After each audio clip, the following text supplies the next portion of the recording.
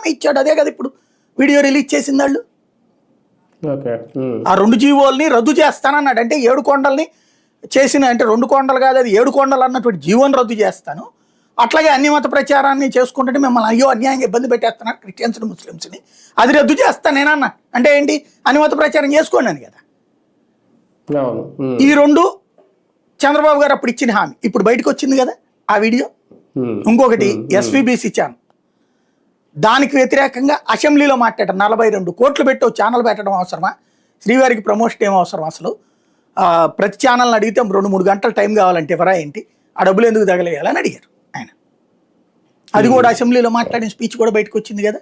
ఇవేమి జగన్మోహన్ రెడ్డి ఎత్తుకురాల, జగన్ మీద అభిమానంతో వైసీపీ వాళ్ళు ఎత్తుకొచ్చిన పాయింట్ బయట. ఇన్నేళ్ల తర్వాత ఇవన్నీ వచ్చినాయి. ఇవన్నిటి మీద ఇప్పటిదాకా రాజశేఖర్ రెడ్డి చావుని కూడా ఇందుతోనే ముడిపెట్టారు. దీంతో రాజశేఖర్ రెడ్డి చావును కూడా అదిగో ఆ మాట అన్నాకనే పావురాల గుట్టలో పోయాడని చెప్పేసి ప్రచారం చేశారు. ఇవన్నీ నెగిటివ్ ప్రచారం చేయడం చాలా సులభం. దానికి సమాధానం చెప్పినా కూడా 10 మంది తిట్టిపోస్తూ ఉంటుంటే ఒకటి మాట ఎక్కడ నెగ్గుతుంది?